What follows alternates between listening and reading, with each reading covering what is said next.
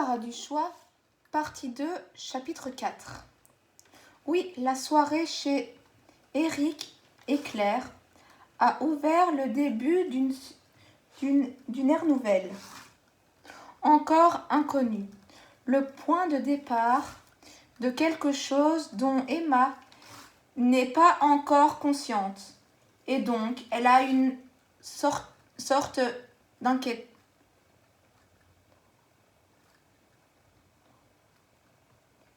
d'intuition floue. Elle a seulement l'impression d'avoir effleuré du bout du doigt une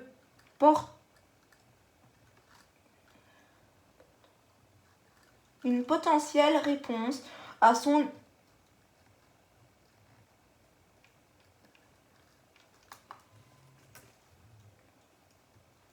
ennui.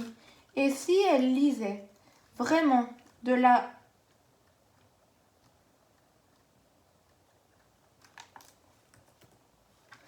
vraie littérature, pas du roman de genre ou trop commercial, des classiques, ceux qui ont fait l'histoire,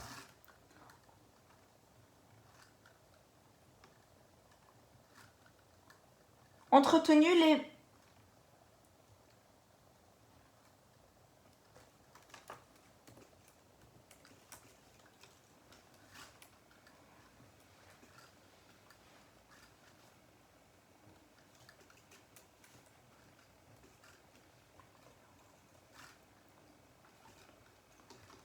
mythes originels, interroger les philosophiques, nourrir les auteurs de maintenant. Grâce à ces livres et ces auteurs, elle pourrait accéder à la culture qu'elle n'a pas, s'enrichir elle-même, se décomplexer et donc peut-être se sentir moins gourde en société. Elle pourrait accéder à quelque chose de plus profond, un regard différent sur la vie. La semaine qui arrive est un peu spéciale. Pour une fois, Julien part en séminaire toute une semaine dans l'est de la France. Il est donc parti ce matin aux aurores. Emma n'est pas forcément déçue de cet état de fait. Elle va pouvoir agir plus librement au quotidien de ces 5 jours. Surtout que les enfants sont absents aussi. Une petite parenthèse dans la routine n'est pas malvenue. Les jours de leur couple se ressemblent un peu trop. C'est ce qu'elle se dit. C'est ce qui est venu dans son esprit récemment. C'est sans doute ce qui lui pèse le plus dans sa vie à elle. Les contraintes, le manque de liberté, le fait que tout soit tracé comme couru d'avance. Alors, ces 5 jours, l'un sans l'autre, à défaut d'ajouter du piment, vont peut-être offrir un peu de souffle. Et pour bien commencer, elle a prévu de se faire une journée chouchouting, rien que pour elle.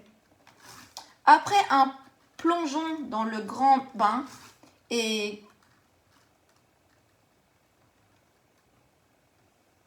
47 longueurs, elle se prélasse dans le hammam, puis le sauna. S'ensuit un moment relaxant et délicieux entre les mains d'une fée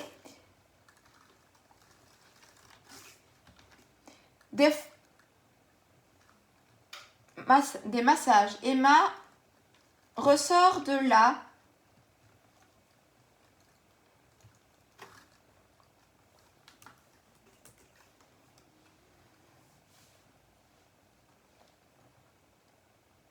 zen et ragaillardie. Elle se sent merveilleusement bien. Elle passe ensuite dans une librairie, un genre d'acte fondateur pour elle qui se contentait d'acheter 3 livres dans l'année au supermarché. Elle y passe un temps étonnant à flâner, ses yeux courant sur les rayonnages, ses mains attrapant un livre, caressant les pages. Elle inspire des bouffées de livres neufs. Il y en a des milliers autour d'elle. Le vertige du choix. Combien va-t-elle en acheter? Elle pense à la dépense. L'avantage, c'est que les classiques sont en version poche, d'un coût modéré. Elle aurait aussi pu prendre un abonnement dans une bibliothèque, mais elle s'est dit 2 choses. Elle veut garder les livres qu'elle va lire, qu'ils soient à elle, et elle veut pouvoir les lire quand ça lui chante, au rythme qu'elle souhaite, sans délai, sans limite. Son choix se porte naturellement sur Madame Bovary, parce que Jean-Jacques en a parlé et le lui a conseillé, et parce qu'elle sait que sa mère l'a lu, et que ce n'est pas tout à fait ancien. Si elle lui a donné ce prénom, autant savoir de quoi il en retourne. Que choisir d'autre?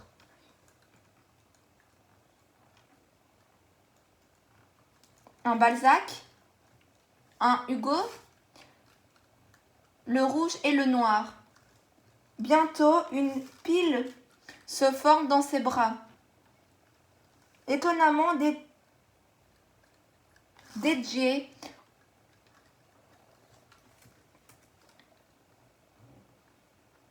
au 19e siècle. Est-ce juste le hasard? Elle ne le sait. Elle a l'intuition que cette époque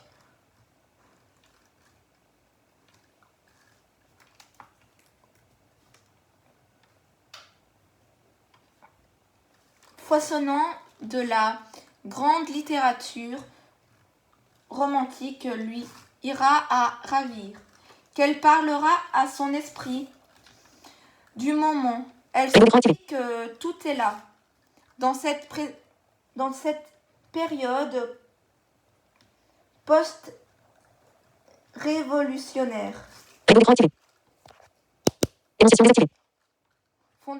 Fondatrice de notre société. Elle sort de la librairie bien chargée, ravie. Le midi, elle retrouve sa sœur dans son restaurant favori. Les papilles sont à la fête. Janelle est soucieuse. Pourtant, son fils de 12 ans lui pose à nouveau des questions sur son père. Elle ne sait pas comment lui dire qu'elle n'a rien vécu avec lui d'autre que cette nuit qui a fait qu'il est là pour en parler, qu'elle ne connaît même pas son nom. Doit-elle lui mentir?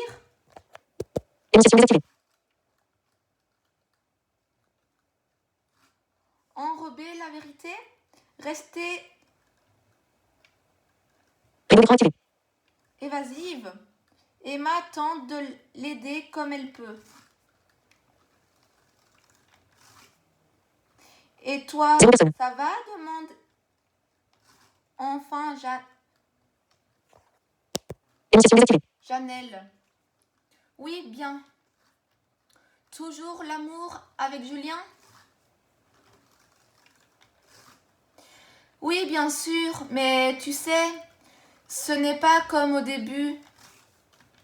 Il n'est pas là cette semaine et je m'en félicite,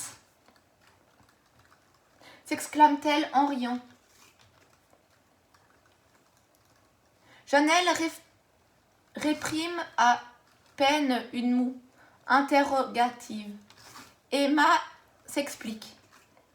Non, mais tu vois, on est un peu comme un vieux couple. Ça fait un peu notre routine. C'est bien. Il ne me manque pas. Au début de notre histoire, je ne l'aurais pas supporté. Là, c'est plutôt agréable. Cela dit, j'espère ressentir le manque en fin de semaine. Ce sera bon signe.